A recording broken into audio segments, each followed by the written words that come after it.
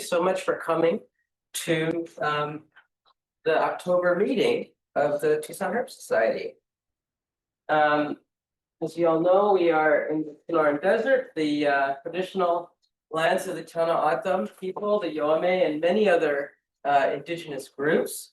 There are tons of great herp place names, such as Tumamak Hill or Chamamak Doag, which means hill of the horned lizard.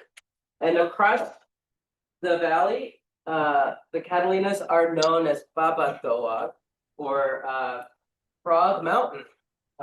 This is the west side, the west face of Push Peak. The peak is the snout of a giant toad that's sitting up. This is was taken from North Shannon Road. This is the Sonoran Herpetologist, the current issue. If you haven't taken a look, you should go to TucsonHerpSociety.org.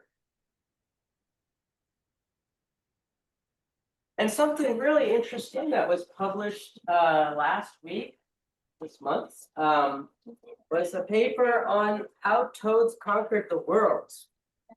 It shows their center of origin as South America, and the development of their parotid glands allowed them to inhabit a lot of habitats. As you can see, there's a direct route from South America to North America. Wild. They use boats. And some floating toads across the Atlantic. Pretty wild. So if you like us and would like to support us, there's tons of great merchandise. The funds raised from these items help us raise money for grants and all the basic aspects of running the Herp Society. The companion books to Snakes of Arizona is currently underway, and if you'd like to help with that project with photographs or observations, you can go to this website and learn more. So next month, we're going to have our annual dinner and election. And this is the slate of officers that members will be voting for. Our meetings are recorded and go up on YouTube. And at our November meeting, Craig Ivani, the Director Emeritus of the Arizona Sonoran Desert Museum, will be our special invited guest. So I hope you all will make it. We would really like it if you RSVP. There's a link in the chat in Zoom, and for those who use QR codes, you can use that to sign up. Members are free, but their guests are $20. So there'll be lots of fun stuff that evening. So please, please sign up. And now we will move on to the presentation. And I think you guys pretty much know who I am, so I will not introduce myself. So far, it looks like people on Zoom can hear everything, all right? So this talk is a version of a talk that I give to environmental educators. And I guess the three main things that I want to go over in my talk, and there'll be lots of detours, but why the Sonoran Desert is so cool and unique and how it became that way. The importance of the monsoon and all of the cultural knowledge associated with the things that come out during the monsoon and the things that depend on that summer rain. Can you turn the lights off? Oh, all right, Maggie. Turn the lights down. What's that? Can we turn the lights? Sure, yeah. That better? Yeah. All right. This is the main drag into Sells, Arizona, the capital of the Tohono Nation. Before it was called Sells, it was called Comacachewitwausic, which means tortoise stuck in the rock. There's also a place called Tortoise Tail, Tortoise Head.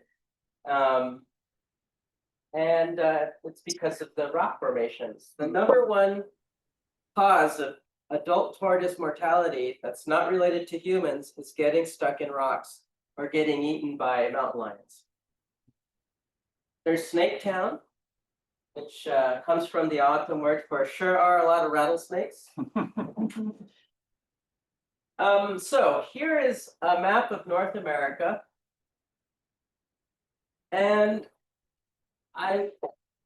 this image from Google Earth, I want to sort of emphasize the idea of a rain shadow and how geologic events that took place in the late Oligocene, middle Miocene, really affected how plants and animals lived and where they're found to this day.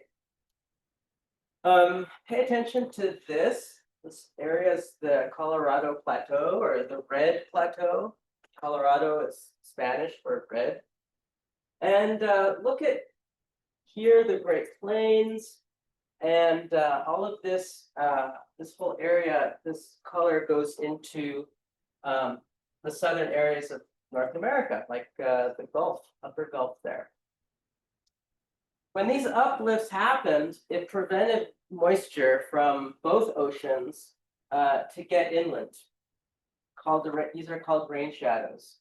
And this is an elevational map of Mexico. Ah, yes, thanks.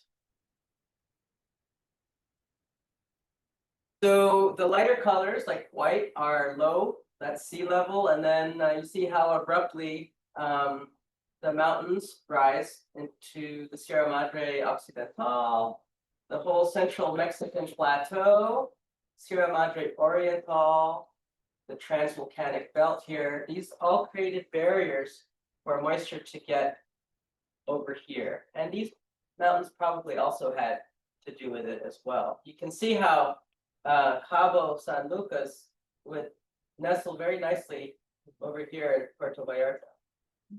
So the peninsula has been riding this big fault. As the Pacific plate is moving under the North American plate, this peninsula has been moving northwestward steadily. And you see how shallow this almost half of the northern Gulf, or half of the Gulf of California, is so shallow. That's from the deposition of sediments from the erosion of the Grand Canyon and the watersheds of the Colorado River, or the Colorado Plateau. And what's really interesting about that is that in the summer, this water heats up because it's so shallow.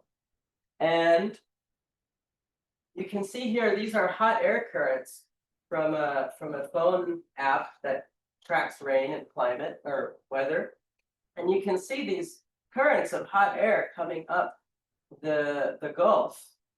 And moisture from the Atlantic is helped along by this humid air, which is moving northward and eastward up into the Sonoran Desert. This is a video or a time lapse of the dew point moving up like a tide, like an atmospheric tide of humid air coming into southern Arizona.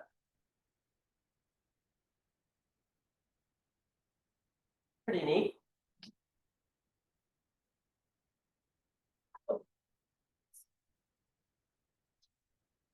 So I like to call the Sonoran Desert the receding hairline of the tropics. And you can see this map on the right here. This sort of this yellow area here is the Sonoran Desert. And this orange area here is Thorns.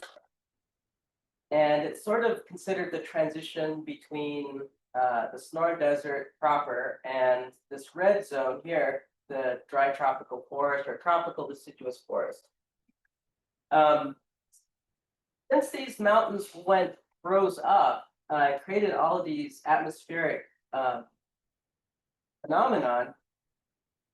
The things that were around before that were temperate and tropical species, and they kind of receded southward and northward like a tide or a hairline, with varying degrees of tropicalness depending on how far south or north you go. Within the Sonoran Desert itself, we have some subdivisions, and this is from a paper that is about to come out soon. Tom, do you have an idea when this will be published, this map? We've been waiting over a year for it. Okay, We've read final galley proofs, so sometime soon. okay. You can see there's 1, 2, 3, 4, 5, 6 subdivisions of the Sonoran Desert proper. And these were all mapped, first mapped by a guy named Forrest Shreve at the Desert Lab here in Tucson.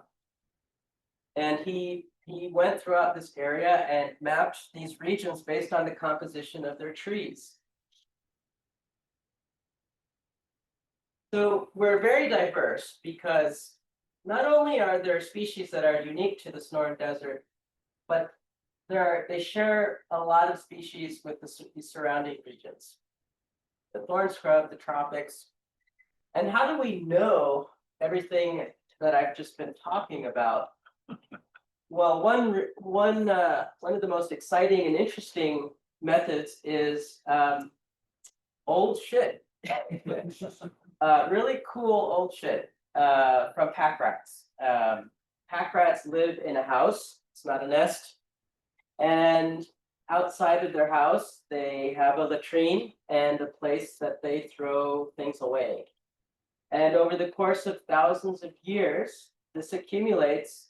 And because it's a desert, it doesn't compost, it dries and it solidifies and it turns, urine and feces turns into something called amber rat.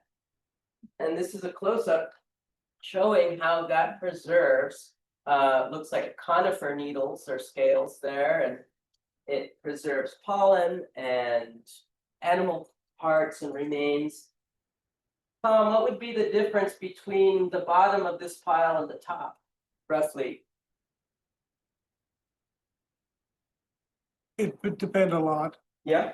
I mean, those can have multiple layers in there. The bottom could be 20,000 years old, the top could be 5. Yeah. So it really depends on you'd have to date the layers. Yeah. But the sites can be continually used. So the remarkable thing about this is that the difference between the bottom of this pile and the top can be thousands of years old. Gives us a really good approximation about the changes in vegetation and climate that have been happening over that period of time. So the Desert Lab was sort of the frontier, the vanguard of studying these deposits. That's Paul Martin lovingly looking at a big chunk of amber rat. And to That's the an left, organ pipe. at Organ Pipe. That's on Montezuma's head, an organ pipe.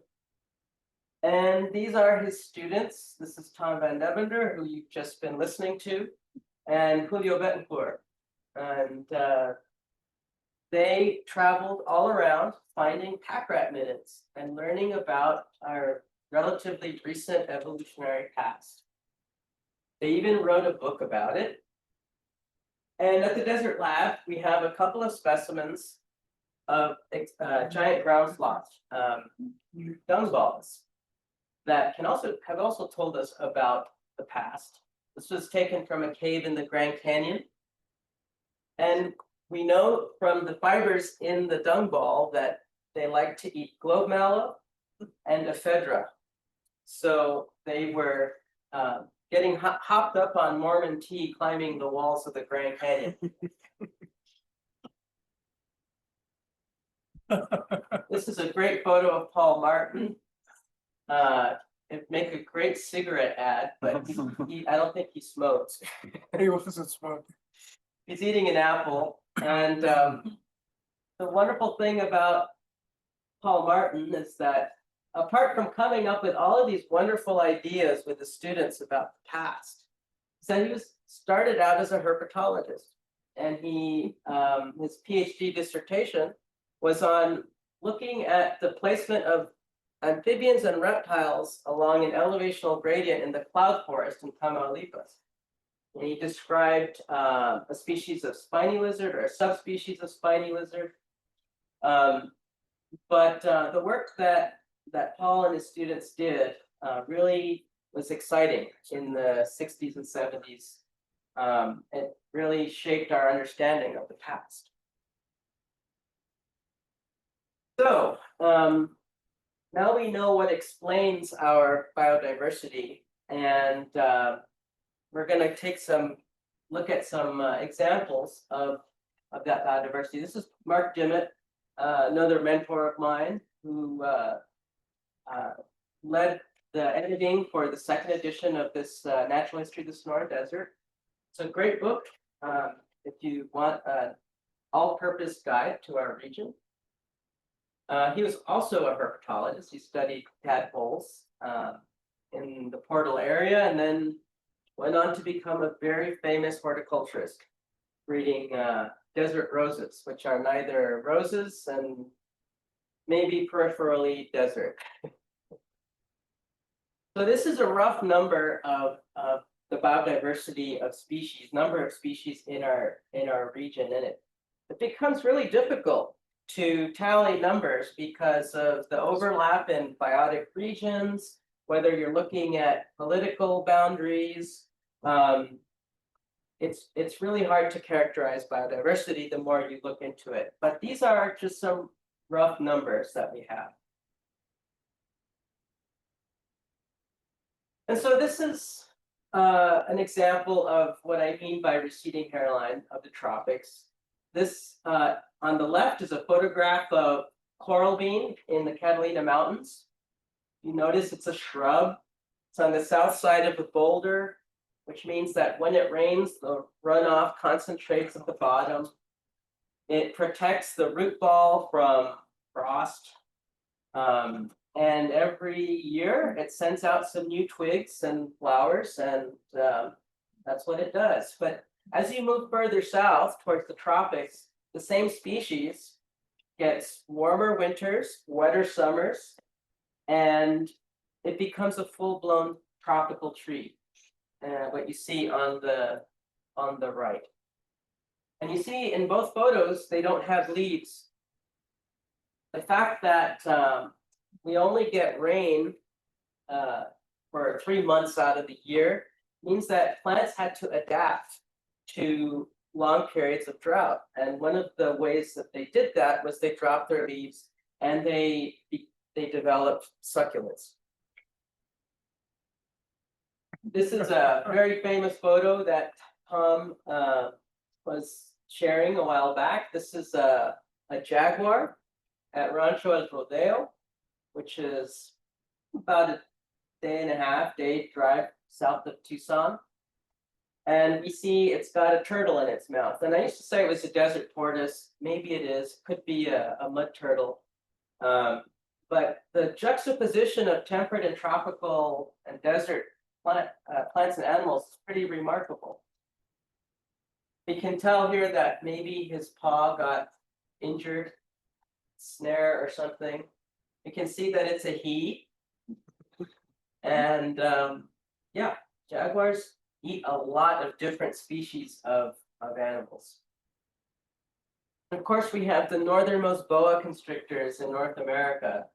Boa constrictors are special animals because they are considered guardians of water, streams and wells and springs. You can also see there's this cross that some boas have, not all of them, but there's a line that goes between the eyes and through the middle of the head like this. That sometimes it's given special Catholic attributes. But killing a boa is said to cause the water source to dry out. And it's one of the few snakes that locals will not kill because they like them and they don't see them as a threat. You can also see that in Sonora, they don't get very big.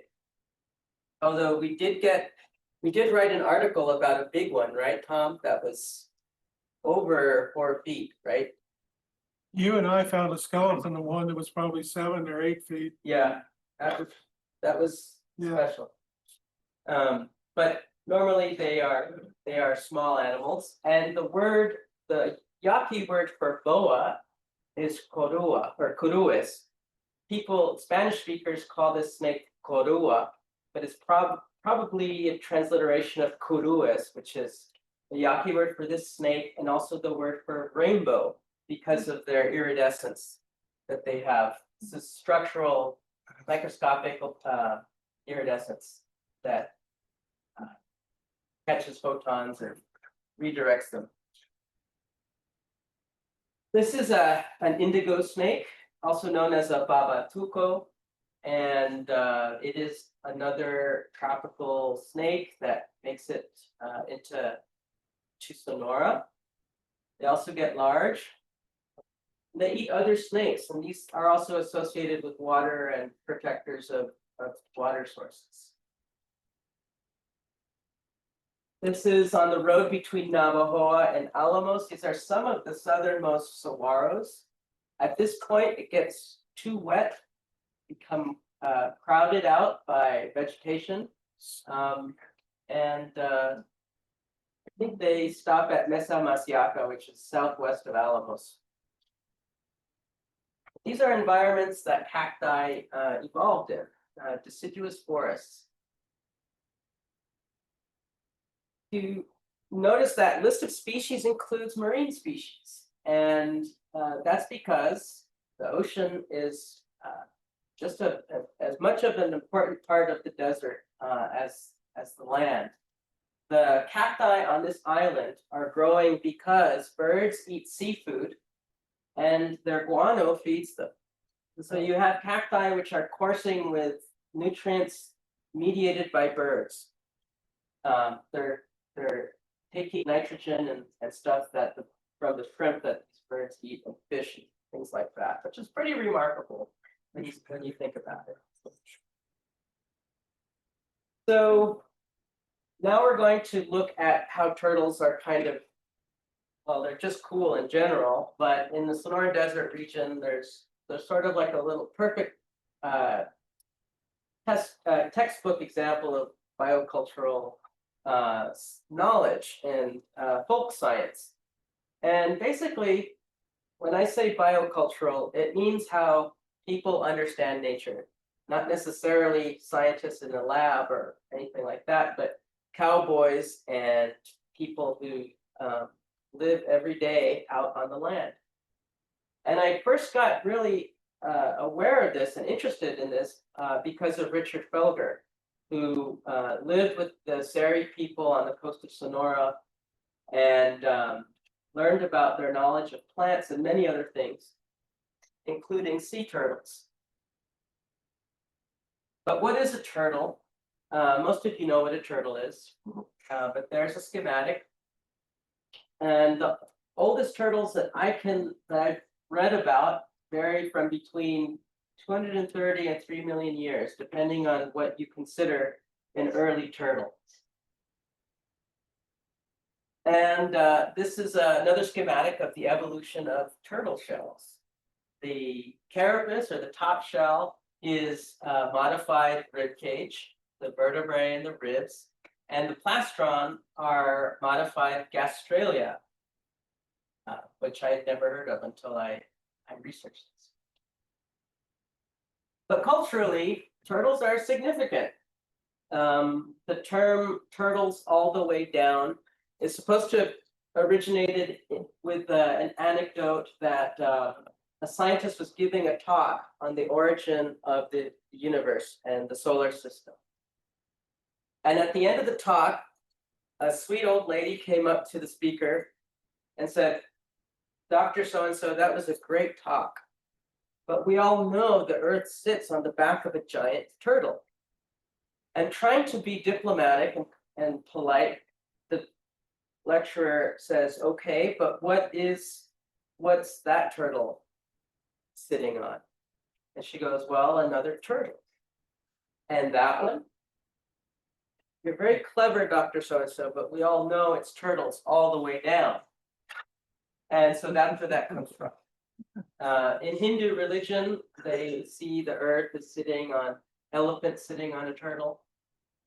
And North American indigenous groups view North America as the back of a giant turtle. We all know about tortoise and the hare, and what the snail said while he rode the tortoise. Slow and steady wins the race. And there's sort of a more ominous sort of cultural association. During the Manhattan Project, there was a cartoon of a turtle on the doors of the offices. The turtle straining to move forward with its neck stretched out. And the caption reads, "Behold the turtle, he makes progress only when his neck is out." Anyhow, in our region, in the Sonoran Desert region, we have between 15 and 17 species, depending on who you ask.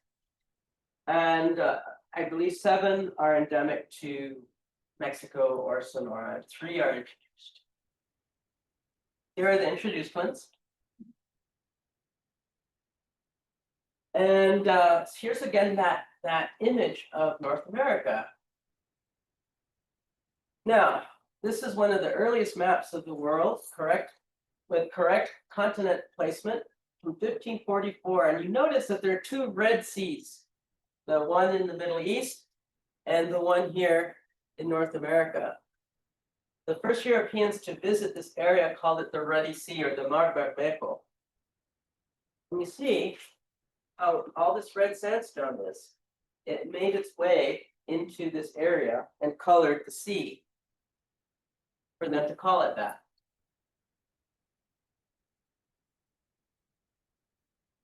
And to this, the sand that we see in this area, there's a rocky point is right there. All the sand is sort of deconstructed Colorado plateau. And again, you see the shallowness of the upper Gulf there.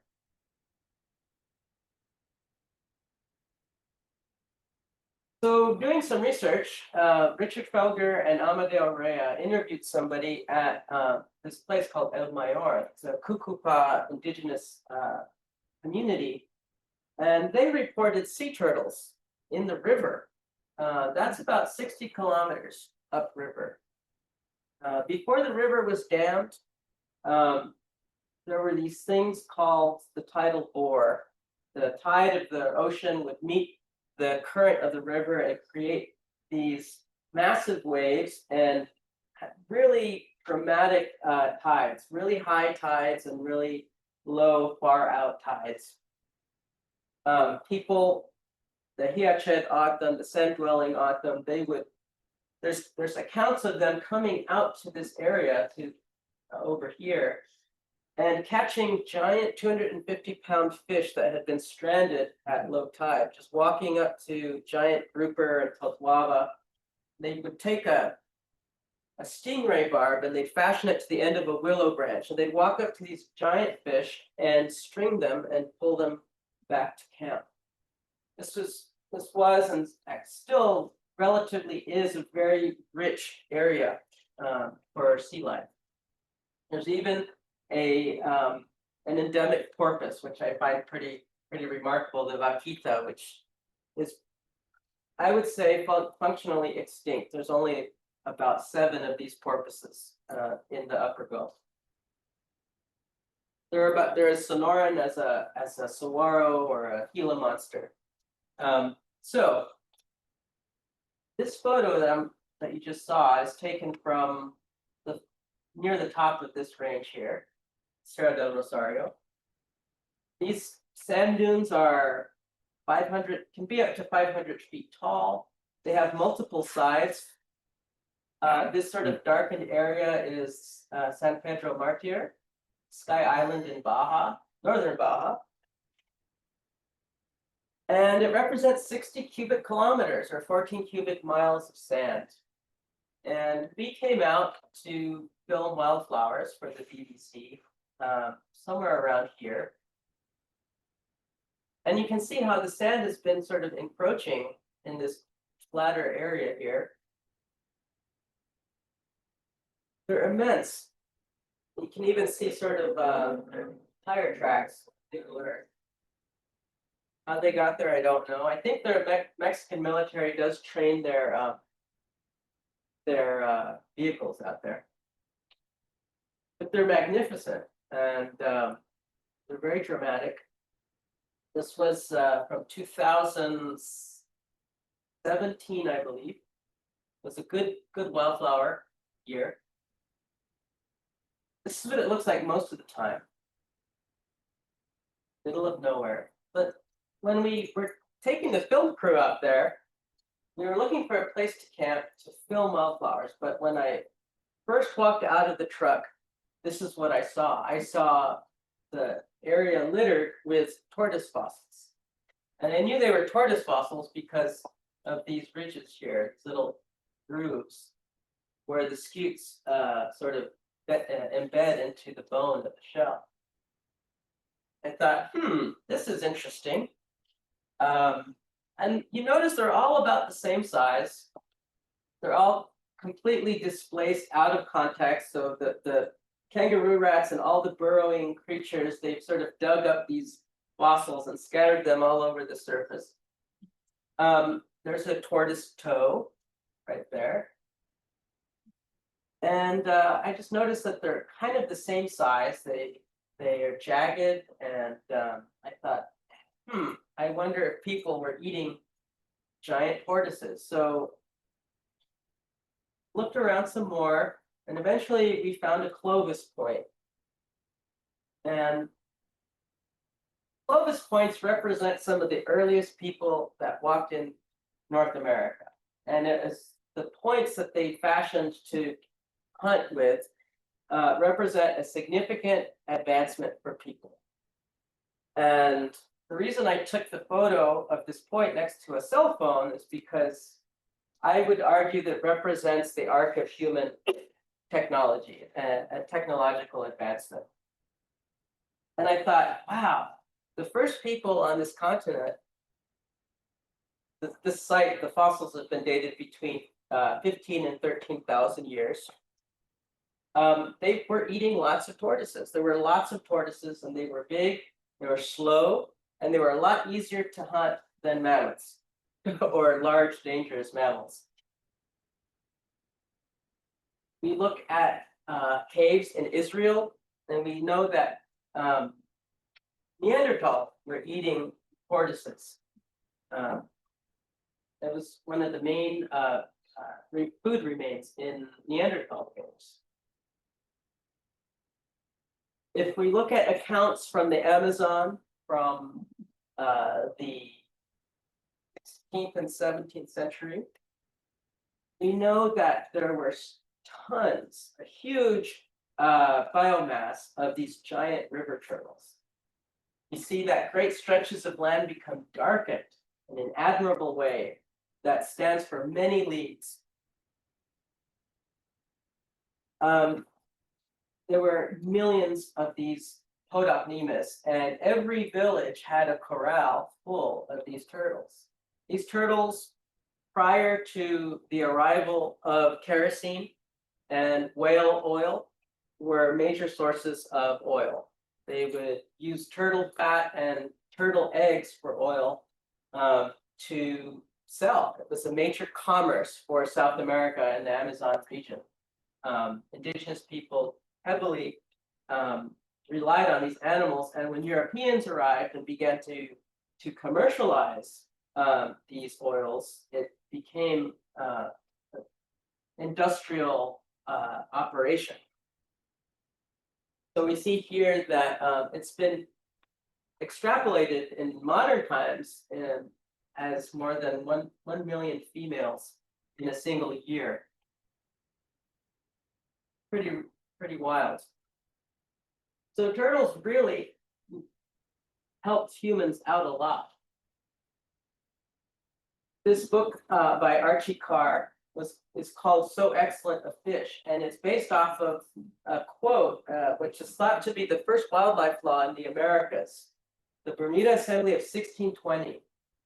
Basically, it forbade killing a sea turtle under 18 inches because ships were bringing in less than 40 turtles per day, large turtles.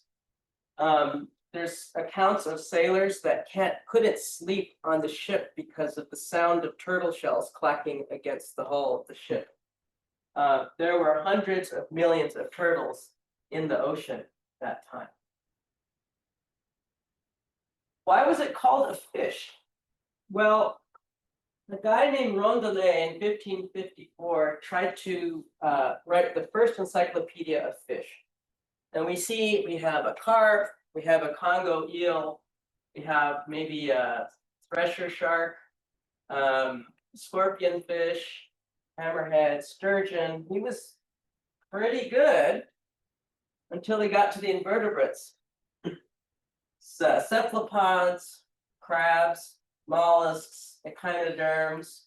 There's a whale, evidenced by the harpoon, a dolphin, and a very terrified beaver. Unfortunately, he also included amphibians and reptiles, including sea turtles.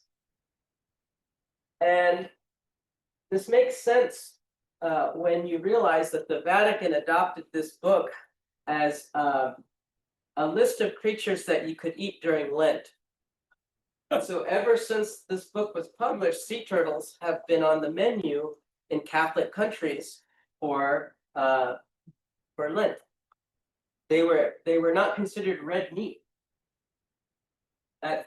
Which is interesting. The leatherback is the only reptile with brown fat or blubber for swimming in subarctic waters. He also provided these specimens and without any real explanation, but I guess they're sea monsters or fish monsters. So this was kind of the publication that led to further exploitation of sea turtles. But here in the desert, turtles were a part of indigenous rituals and culture and life.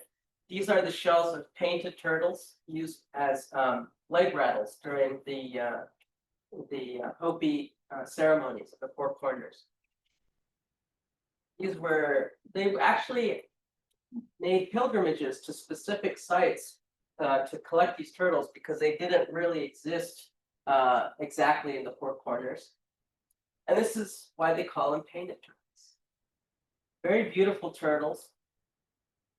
And at least one paper from an archaeologist believed that these notches in the shell of male painted turtles were used for helping them fashion objects like straightening or sharpening or planing or whatever. It turns out that male painted turtles develop these spines as just sexual maturity. They joust or they fight for territory or females, and these things are kind of like little weapons. They also traded Pacific pond turtles with other traveling trade routes. Here are some endemic sliders, the Yaqui slider and Rio Fuerte slider. We have some box turtles, really neat one, the spotted box turtle. And in a recent paper in Sonoran Herpetologist, we wrote about how box turtles came to colonize North America.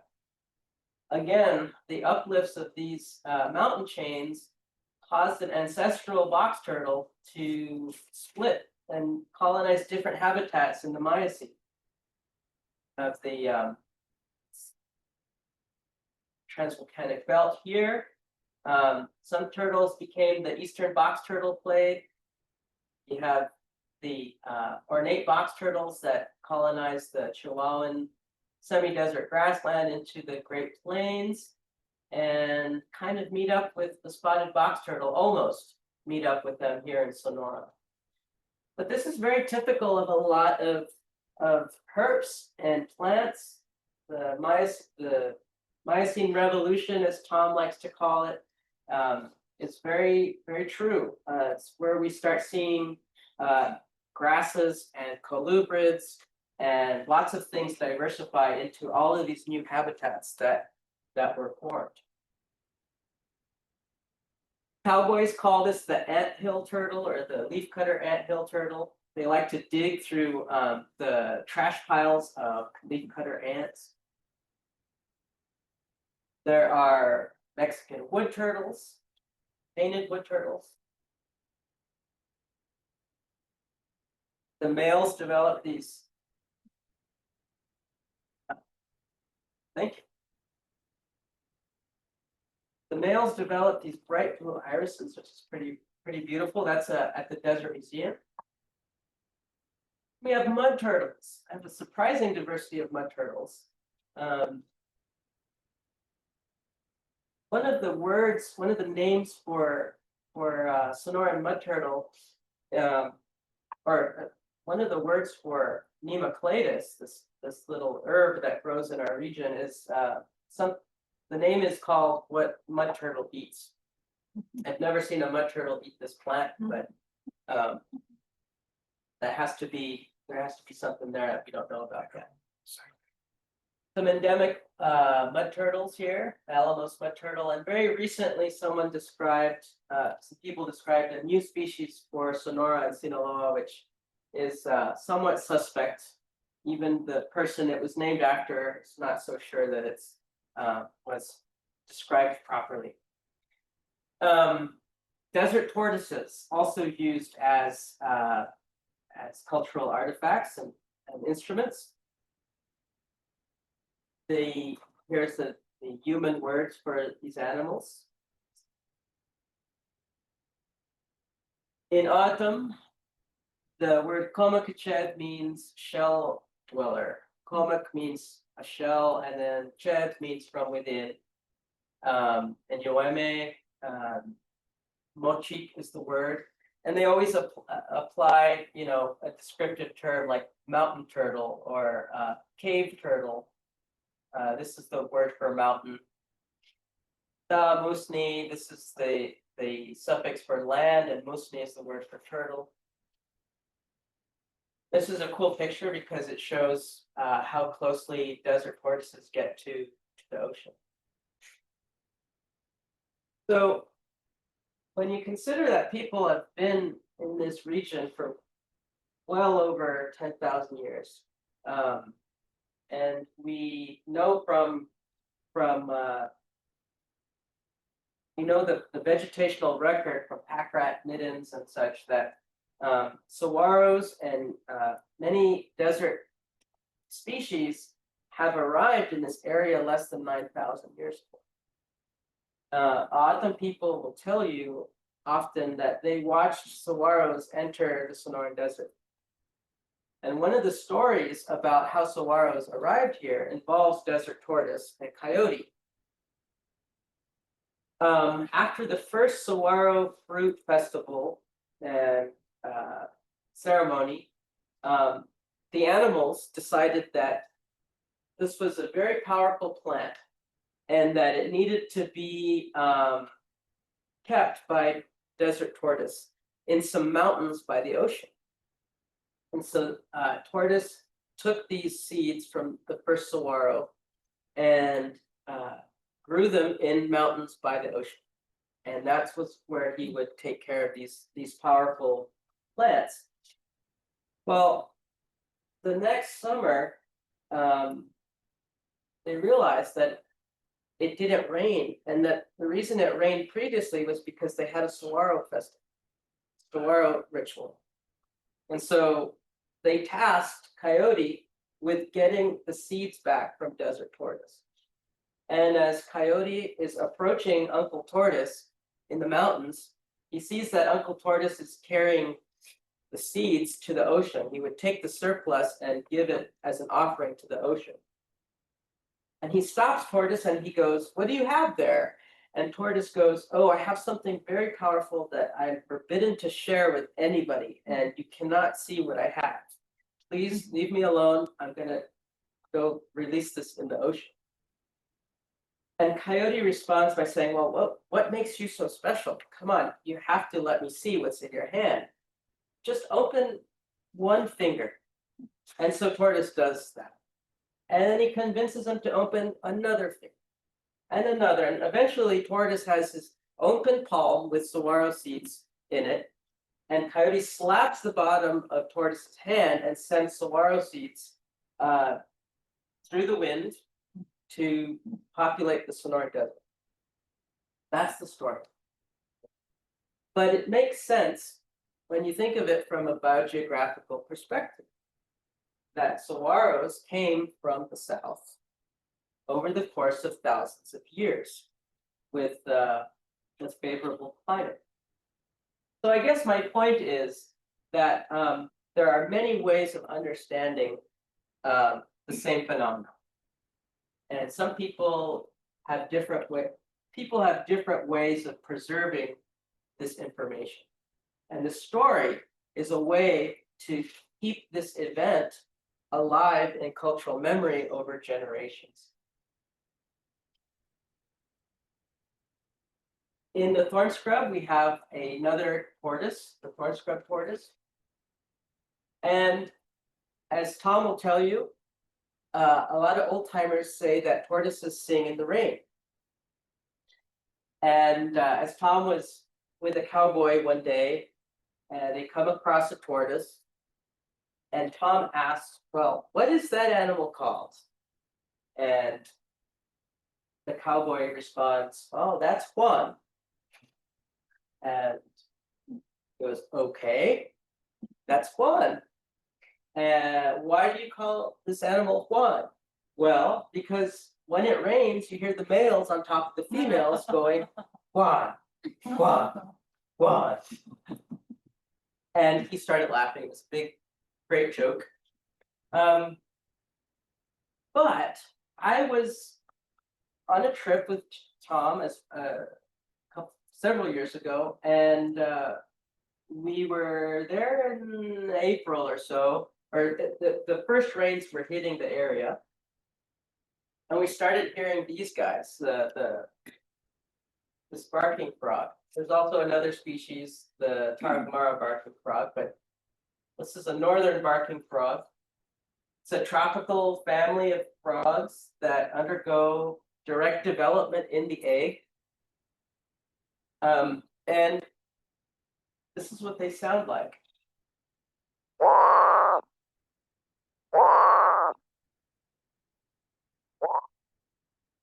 Now imagine a chorus of those. When it starts to rain and you hear a bunch of these, you might think there's a bunch of tortoises singing in the rain. So this is a cool video taken by my friend Fran.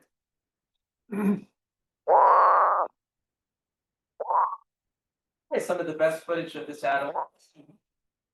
But the males call from these tortoises to attract a female to mate with. And they're pretty cool. Pretty neat. Yep. Another side to that story. We went to the Sierra Conchi one night in the first rains, and the toads did that all night long. Yeah. It was sort of that, but as it started to get dawn in the morning, they were still calling, and then the trogons started answering them. So you had birds answering the toads. Yeah. So Yeah, the word for trogon is koa. Koa. Koa. Koa. All right, so we're almost towards the end. And this is what the most fascinating aspect of ethnoherpetology in our region.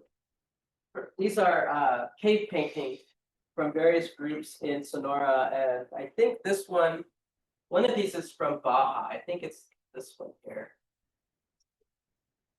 But we have two families of marine turtles, Chelionidae and Dermocheliidae. Let's see here. So this is an account from, let's see, 1889, I guess, that states that turtles were nesting in the upper Gulf. And that makes sense when you consider how much sand there is up there. But down here, it gets pretty unnestable, very rare. It's not very common it does happen, but turtles don't nest much in this part of the world anymore. So the Seri word for sea turtle is musni. And they have ethnotaxa or ethnospecies. So where we see one species, they might see more than one. This is the toad-headed sea turtle to them. They recognize two types of loggerheads. These are not species that they eat. The hawksbill, and both of their ethnotaxa are very similar to ours. So Eretmocheles imbricata, imbricate means that the scutes overlap like roof tiles. And so that's the name that they gave to this, that the indigenous people also gave. Sea turtle, that which overlaps. And the other one is osprey turtle, because of the beak. And there's evidence that they made jewelry out of the scutes, just like they found that just as beautiful as other people. And they made fish hooks out of them. They would make these little weirs or these little catchments for fish, and they would hook the fish and keep them alive and fresh with hooks made from the shell of this turtle. The leatherback, the largest reptile on the planet, has special spiritual significance to the Seri.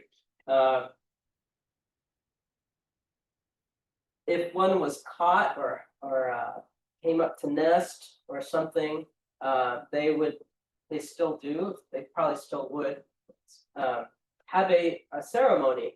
The drawings that they make on this turtle are vision quest images. And they make a bower to shade the turtle. And a lot of important religious or spiritual or cultural events take place when this animal comes to their community. Women, well, not just women, but people paint their faces. It's just a generally important event for the community. And after all is said and done, the turtle needs to be returned with respect back to the ocean. So they, in this image, we see elephant tree, Bursera, a very fragrant shrub in the area that has also special significance. They put it on the turtle and they sing to it as a sign of respect to return back. In the Gulf, there's this plant called eelgrass. It's an annual plant like a wildflower. It springs up in the winter, the cooler months, and it seeds itself before dying out. And turtles love to eat this. Green sea turtles love it. The fruits, the grains, wash up on the shore.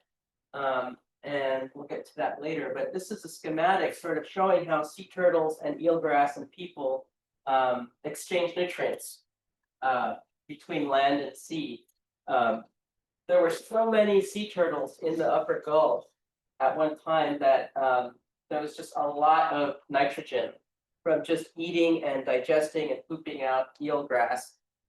It was thought that it short-circuited the nutrient or trophic cycle in the ocean there. But the people, they would winnow out the seeds of this eelgrass on the beach, and they'd grind it up, and they'd make a flour out of it, and they'd mix it with sea turtle fat. They'd also mix it with cactus seeds flour, like from the cardone, and it would create a very nutritionally significant meal for these people.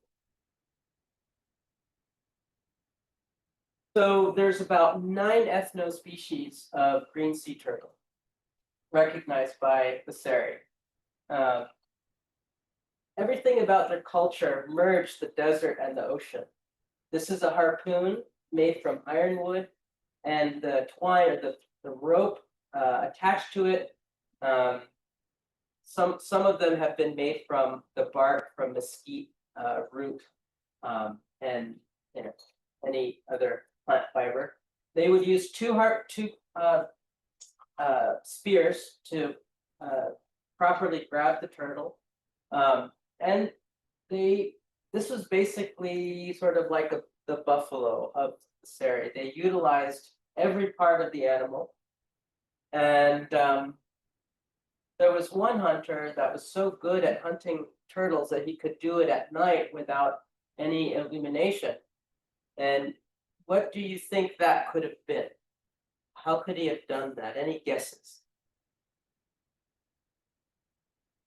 Yes, bioluminescence. So during bioluminescent blooms, the turtles will come up for air and swim along the surface and betray their location. So they would go out.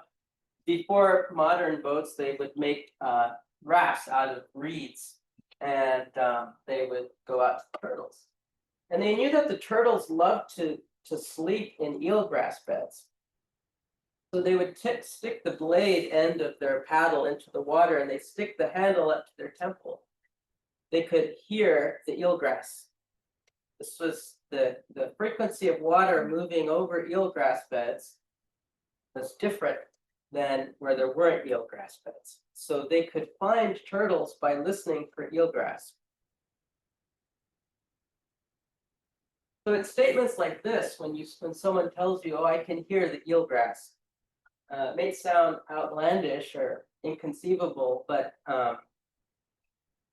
when you've lived in that area for millennia, then you figure out ways of explaining and reality. So here's a young kid using a turtle shell as a sled.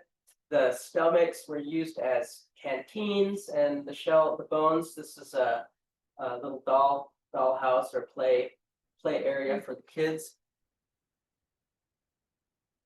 And Seres also knew that turtles undergo dormancy in the colder months. Maybe hibernation, I suppose, but this was a big deal, enough to write in Science magazine or journal. But it's one of two places in the world that sea turtles hibernate: the Gulf of California and certain areas of the Gulf of Mexico. This bone in the plastron of the turtles had some sort of spiritual significance that we really don't know anymore, not in any great detail. And we see that there's some sexual dimorphism in that bone between from left to right there, the first two on the left. I forget which one, but you can see that one sex has a different, wider shaped wings than the other.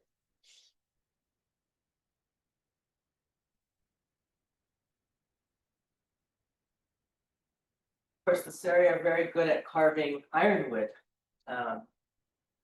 into various types of wildlife. So these are the 9 or so ethnotaxa. We see here a variety which is now extinct. A blue turtle, or sea turtle, its redness. Perhaps that means there were enough albinos to be noticed in the population. Knows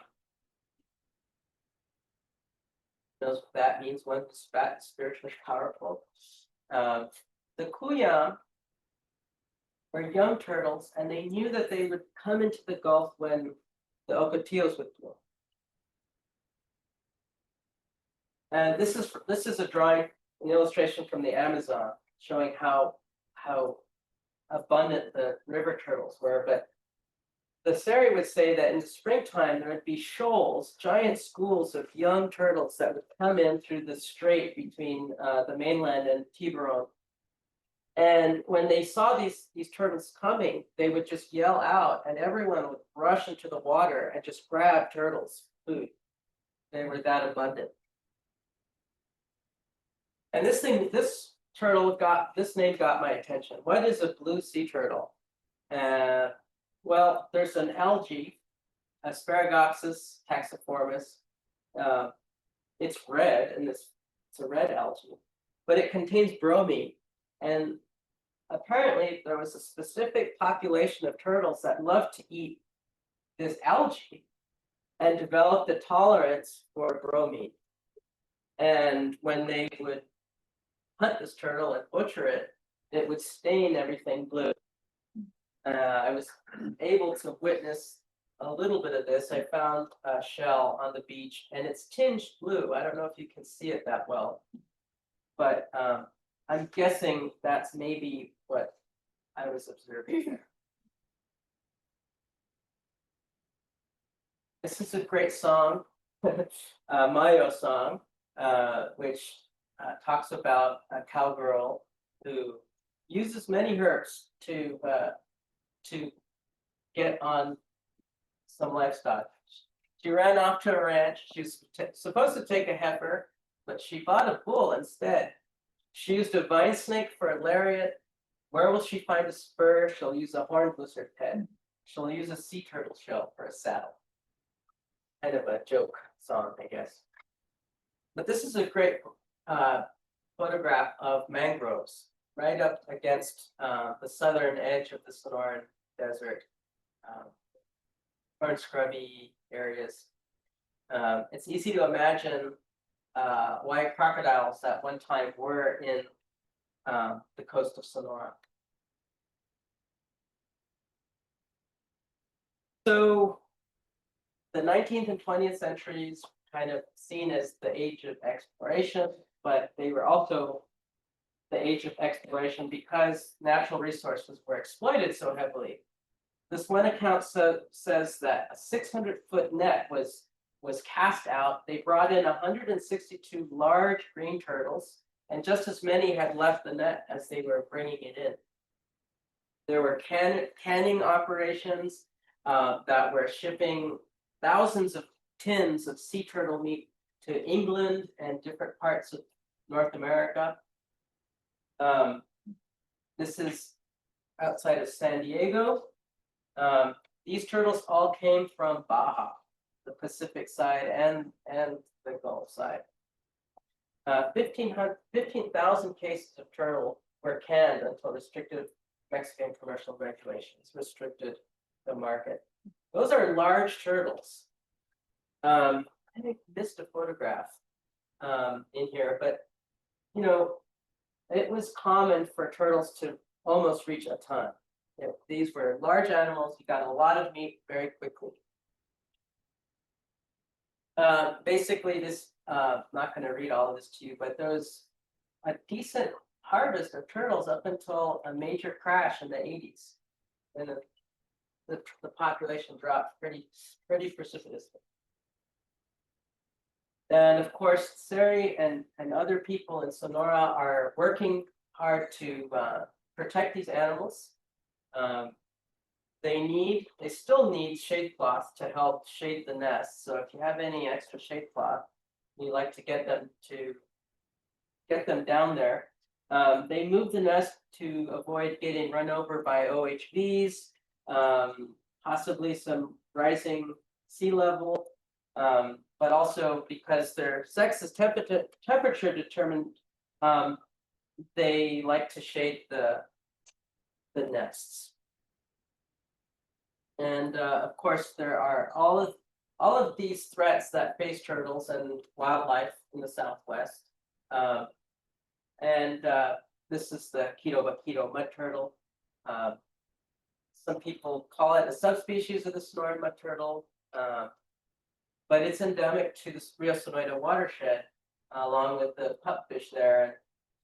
Basically, my message with this slide is that it takes all kinds to do conservation. And there are just as many ways about knowing wildlife and the environment as there are people.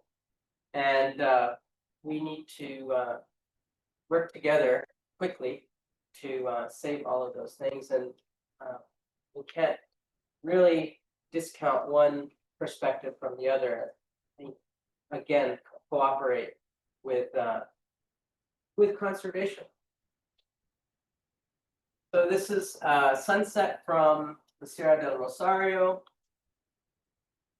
And the next morning I got up and noticed that the moon was setting in the west, and the sand dunes were still glowing orange. That was the sunrise. Pretty remarkable landscapes.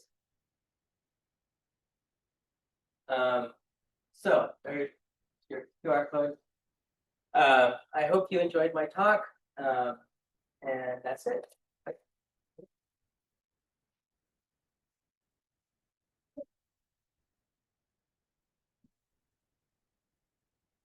Yeah, Yeah, your talk was excellent, thanks. really excellent. You showed the picture of the jaguar with maybe a tortoise in his mouth. Are you familiar, or maybe this room, that the story that's been all over the news last week, a tortoise in a park in Oro Valley? No. Sound familiar to anyone? No. Oh, it was all over the news. A tortoise turned up on a trail, one of these parks up there. No one heard the story? I guess I'm a news junkie. No, and it was just destroyed and mangled, and its shell was, the plates were torn off, the head was missing, and they just blamed it on humans. Oh, That it had to be a human that just destroyed this tortoise right on the side of the trail. And wow. I'm just thinking, I don't know how the tortoise may have initially died, Mhm. but it seems to me it was a predator, Yeah. then polished it up. You know, tortoises don't get taken down that much, but they occasionally Yeah. do. Maybe a dog, a pack of dogs. This was like a major, well, I guess, like, all right, you know, I guess you could Google it. Yeah. Making this up, Brad. Huh? You're making this up. It was on all the channels for like 2 or 3 days. I just can't think of the park. It was, yeah. But like, I just the fact that the head was gone. I mean, how, think about if you're a human and you want to decapitate a tortoise. I mean, think about, well, you're gonna need a big wrench to grab the head and pull it out. So, whereas predators just seem to be able to do this one, so. Brett, we had a similar scare in our neighborhood that people were finding dead cats with the skin pulled back and all. And they were afraid somebody was mutilating them. Mhm. They went around, it was coyotes. Yeah, Two coyotes that catch a cat and do strange things to it. yeah, like I say, this tortoise, they showed pictures on, at first they wouldn't even show pictures, and like a couple days went by. And just the shell plates were all ripped off again. And just right away relegating it to some bad people. There have been a lot of bear sightings this year there too. But, yeah, Sonora Valley. the point is, I'm thinking, no matter how the tortoise may have initially died, if it wasn't just pounced on a predator initially, I just don't think a human did this, and it was right along the side of the trail. You would think they would have taken it to a more secluded spot Brett, to go haywire on it. a few years ago, we got wildlife camera photographs of a mountain lion that caught a yaki slider in a rainstorm, adult. And in this picture, the turtle's alive, its legs are going like this. 2 days later, the cat came back and it had an empty shell. And it was still playing with it 2 days later. So I wouldn't be surprised if it was a mountain lion that didn't come back and Right. play with it. Yeah. Great. Well, thank you.